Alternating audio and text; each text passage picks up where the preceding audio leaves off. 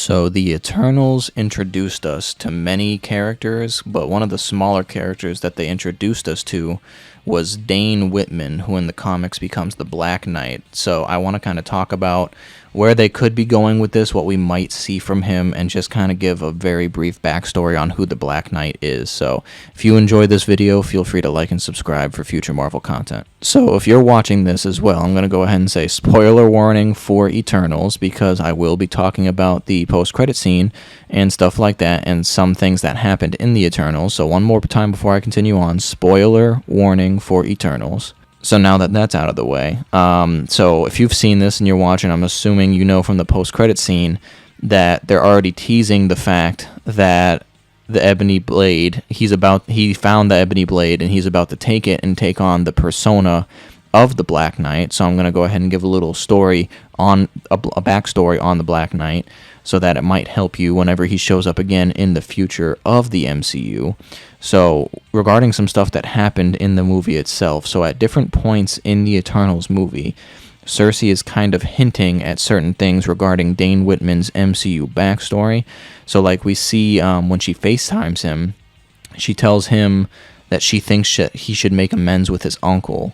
And at the beginning of the movie, she gave him a ring that had his family crest on it. And obviously, she probably has had that somehow, or has had at least an easy way to find it, because she's been alive for centuries.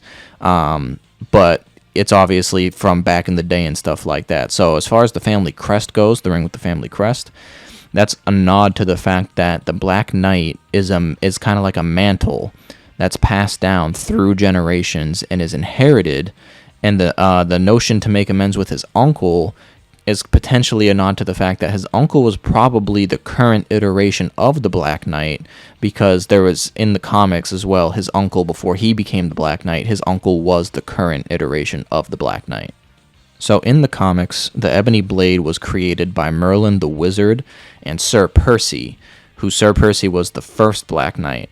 So it was actually revealed super recently, like I'm talking, I think, February 2021, just early 2021, there was a Black Knight comic book that had come out, I believe, where it was actually revealed by Null the Symbiote God that Merlin had made it so that only those who have an impure heart can wield the Ebony Blade. So the Ebony Blade is said to be enchanted in such a way that it is able to cut through any object and deflect any magic in order to prevent its current user's death.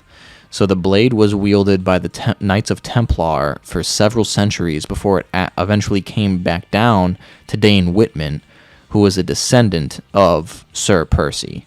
So I think you can also see as well in the post-credit scene, because the way it looks, it kind of looks alive and stuff, you can tell that it's not an ordinary sword, clearly, but it's like enchanted in some way. I actually think it's interesting, because when I was reading up more about the Black Knight, I thought it was interesting that there's kind of more ties to symbiotes and Null the Symbiote God, because in the comics, there's another sword called the All-Black Necro Sword, which is wielded by Gore the God Butcher, that was once wielded by Null the Symbiote God, and it was used to chop off the head of a Celestial. So I kind of drew the comparison that maybe potentially the Ebony Blade is going to have some type of ability like that as well, which is why he thinks he was able to do something about the Celestial Arishem that took Cersei and them.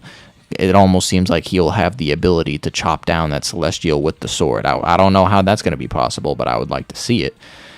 Anyway, so Dane Whitman in the comics would go on to help the Avengers against Kang the Conqueror, which is also why I honestly initially thought the voice in the post-credit scene was Jonathan Majors as Kang, because obviously Dane Whitman is intertwined with Kang the Conqueror in some way in the comics, but the voice being Mahershala Ali as Blade as well still makes sense, because in the comics, Blade and the Black Knight were a part of an England-based group called MI13, and they basically dealt with enemies that were basically paranormal, so like, you know, mythical beings and stuff like that.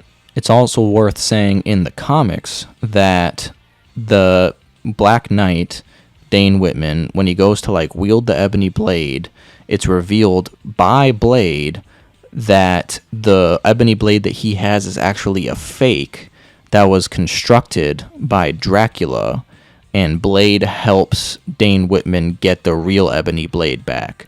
So I think that's an interesting parallel to potentially draw with the post-credit scene and Blade being there asking him if he's ready to do that. Maybe Blade already has the knowledge that the ebony blade that he's going to pick up is not the real ebony blade. But obviously that's just speculation at that point. We're going to have to wait and see.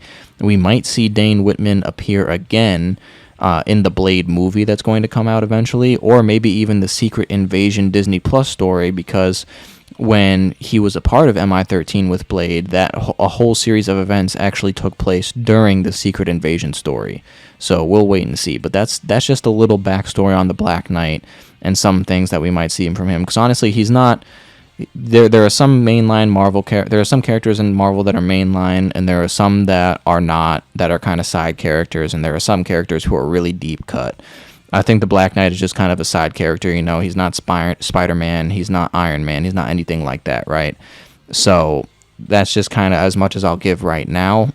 Feel free to go look up more, but I think that at least we'll be able to give a little bit more insight on who he is and where he might be going in the MCU. But if you enjoyed this video, feel free to like and subscribe, and comment if you like the Eternals, or comment with something you might think where they might be taking the Black Knight in some way in the MCU. But I appreciate you for watching the video.